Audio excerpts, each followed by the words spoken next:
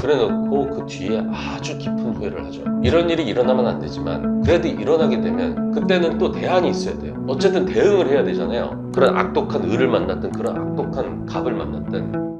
네, 안녕하세요. 청필지입니다. 오늘 말씀드릴 주제는 2024년 프랜차이즈 시장에서 갑과 을의 전쟁이라고 지어봤습니다. 요즘 분쟁이 참 많습니다. 억울한 본사도 있고 억울한 가맹점도 있고 뭐가 강자인지 약자인지도 모르겠고 대형 프랜차이즈를 제외하고는 완전 아사리판인 것 같아서 이 부분 좀 얘기를 좀 드리도록 할게요. 최근 2년간 프랜차이즈 브랜드 개수가 10,000개 정도가 늘었다고 합니다. 프랜차이즈 사업을 누구나 막 하게 하니까 그걸 좀 어렵게 만들려고 직영접 1년 운영 이런 항목들을 걸어놓는단 말이에요. 그러다 보니까 옛날엔 그냥 바로 등록하면 됐던 걸 1년 이상 해야 되니까 좀 어려워진 거죠. 그러니까 안 되겠다. 일단 브랜드부터 먼저 등록해 놓자. 뭐 이런 이유도 있을 거예요. 많이 늘어난 이유가. 그거 아니면 또 누구나 물류 납품만 하면 되는 그런 배달 브랜드들이 엄청 많이 늘었잖아요. 또 그런 식으로 프랜차이즈를 어떻게 하니까 그것 때문에 또 늘어났을 거고. 어쨌든 10,000개가 늘었어요. 그래서 그런지 몰라도 프랜차이즈 가맹점 문제는 너무 많이 생기다 보니까 그로 인해서 창필지기와의 상담도 더 많아졌죠. 근데 재밌는 건 프랜차이즈 소송을 하는 사람들 중에서 본사가 강자일까요? 가맹점이 강자일까요? 이건 좀 뜯어봐야 되는데 요새 좀 급증한 게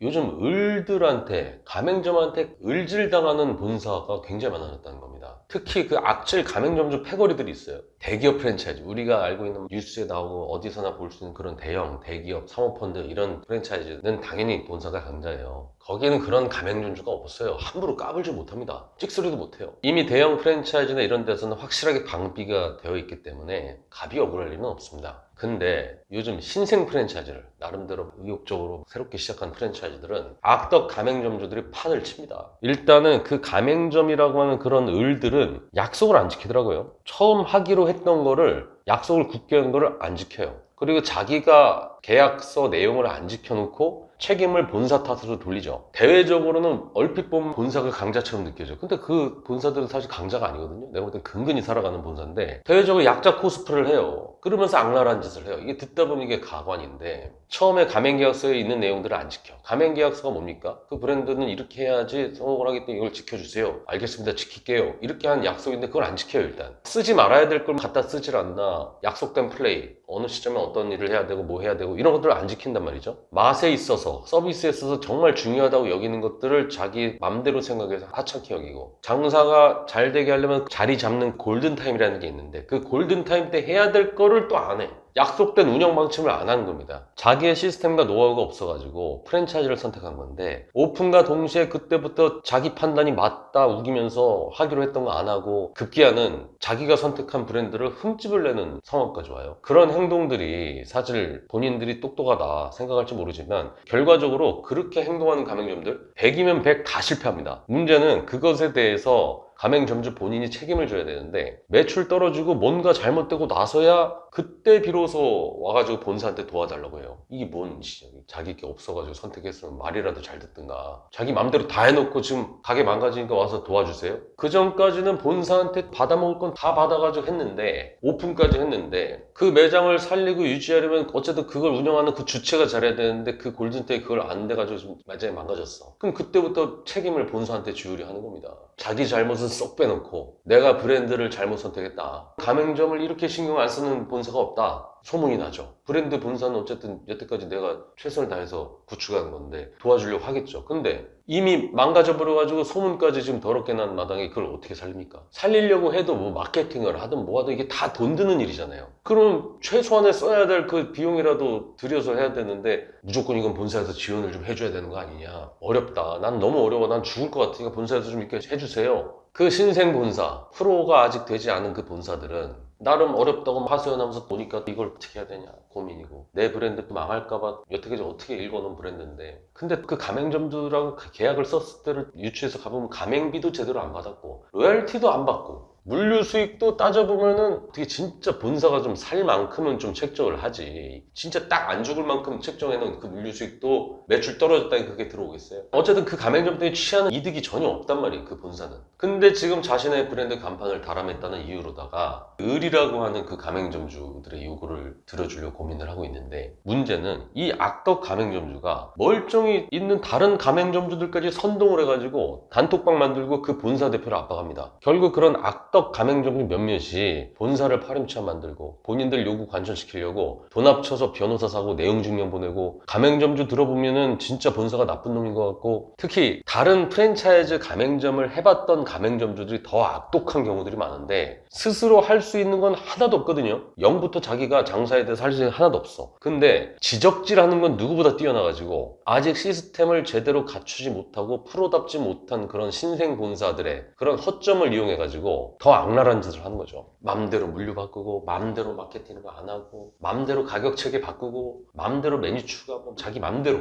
얼마 전에도 햄버거 프랜차이즈 대표인데 그 대표가 와가지고 자기가 지금 원형 탈모된 걸 보여주면서 공황장애가 왔대요. 이걸 어떻게 대응을 해야 될지 모르겠고, 그때 그런 가맹점주들 어떻게 다뤄야 되는지 그런 것들을 제가 얘기를 해주고 뭐 해결책도 제시하고 로펌도 소개도 해주고 했는데, 요즘 이런 일들이 부쩍 늘었어요. 심지어는 교육 프랜차이즈 있잖아요. 미술 교육 이런 프랜차이즈가 있단 말이에요. 근데 그렇게 가맹점으로 시작해놓고 그 본사의 노하우 이런 거 다 베끼고 로열티를 갑자기 안 주더니 갑자기 자기 브랜드로다가 하는 데가 있질 않나. 그 본사 대표의 배신감과 자괴감, 본사에서 수십 년 노력한 것들을 그렇게 도둑질하는 그런 악덕 가맹점주, 파렴치한 값도 문제지만 이런 악랄한 을들도 조심해야 됩니다. 반대로 진짜 신생 프랜차이즈인데 반대로 진짜 사기꾼 같은 본사들도 정말 많이 늘었어요. 정말 도저히 가만두면 안 될 정도로 시작부터 사기, 정교하게 합법적인 사기를 칩니다. 이 사기꾼 같은 본사들은 처음부터 법적인 책임 부분을 면책할 목적의 계약서 내용을 써놓고, 심지어는 거짓 상품을 진짜처럼 납품하는 것들도 있어요. 장사가 안 돼. 그러면 마케팅을 해야 된다. 자신이 아는 업체 아니면은 뭐 계열사 이런 업체를 쓰게 하고 온팡 뒤집어 씌워요. 그리고 굳이 팔아먹지 않아도 되는 그런 기자재들을 할부로 끊게 해가지고 계약서로 올감합니다. 가격 뻥튀기 해가지고 할부로 갚아서 마치 돈 안 들이는 것처럼 했다가 나중에 안 됐을 때 이것도 위약금 다 물어야 돼. 뻥튀기 된 업견적 들이밀고